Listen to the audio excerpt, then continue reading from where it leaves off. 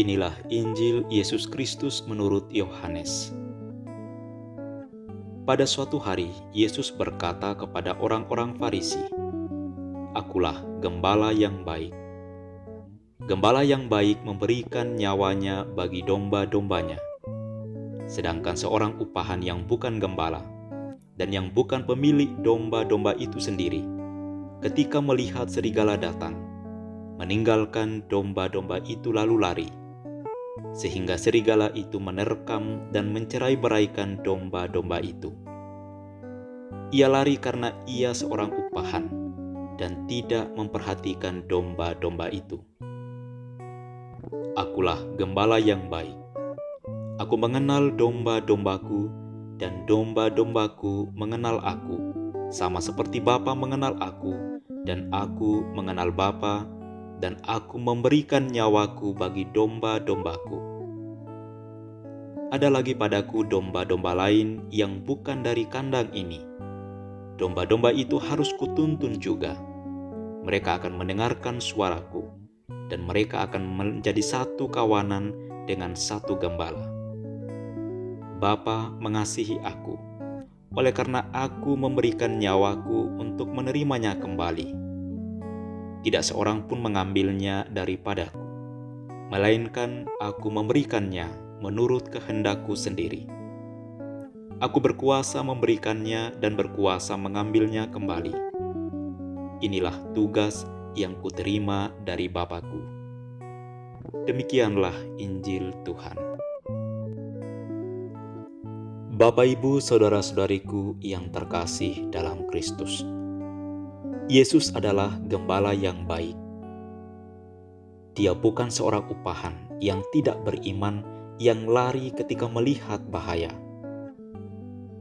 Yesus menyerahkan nyawanya demi domba-dombanya. Tidak ada yang Yesus tidak akan lakukan untuk domba-dombanya. Yesus tidak selalu memberi kita apa yang kita inginkan, tetapi Dia akan memenuhi setiap kebutuhan yang kita miliki. Yesus adalah gembala yang baik. Dia mengenal kita dengan nama kita masing-masing. Dia melihat kita apa adanya, dan Dia tahu kekuatan dan kelemahan kita, kemenangan dan kegagalan kita. Dia mengenal kita sedekat Dia mengenal Bapa, dan Dia mencintai kita. Dia ingin kita mengenalnya, agar kita memiliki ikatan persahabatan yang kuat dan tak terpatahkan.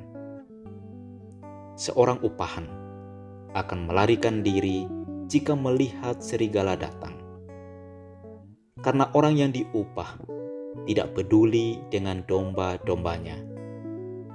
Seorang upahan hanya mencari keuntungan dan keselamatan bagi dirinya sendiri.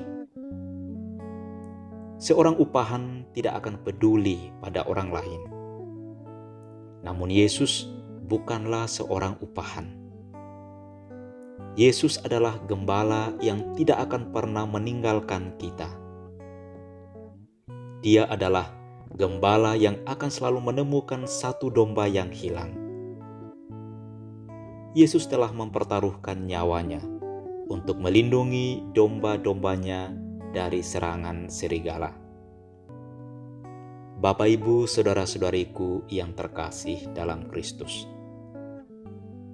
terkadang di dunia tempat kita tinggal ini, begitu banyak godaan yang melemahkan tubuh dan jiwa kita. Namun, Yesus tidak pernah meninggalkan kita selama kita siap untuk meminta pengampunan. Dia akan mengangkat dan menyucikan kita. Sebenarnya terserah pada kita bagaimana kita hidup sebagai domba dalam kawanan dombanya. Jika kita adalah domba yang hilang, hidup dalam ketidaktaatan, kemunafikan, Yesus akan selalu mencari kita dan menunggu kedatangan kita kembali.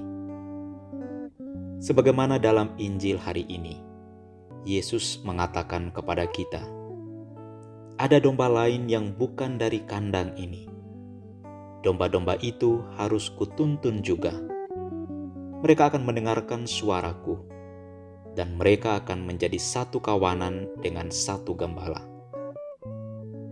Ini menjadi gambaran sifat Yesus yang menyatukan semua domba dengan latar belakang yang berbeda, suku, bahasa, bangsa, dan agama.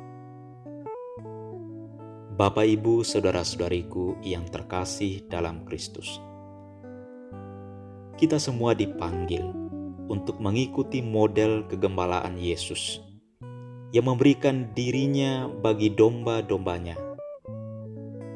Kita adalah domba-dombanya, dan Ia telah memberikan hidupnya bagi keselamatan kita.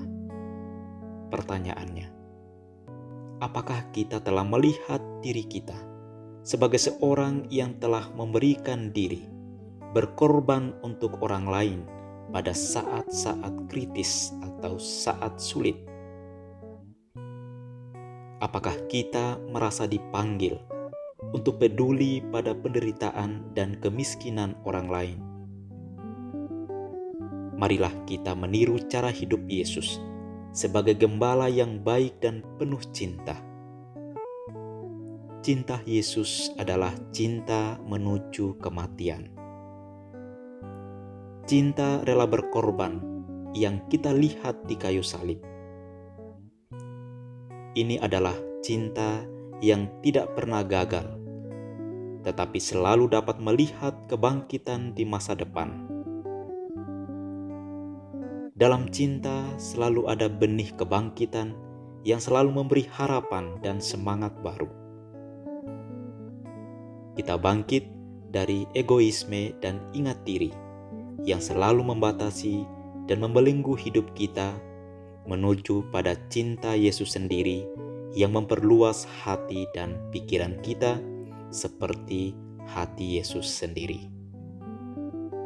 Semoga Tuhan memberkati kita dalam nama Bapa dan Putra dan Roh Kudus. Amin.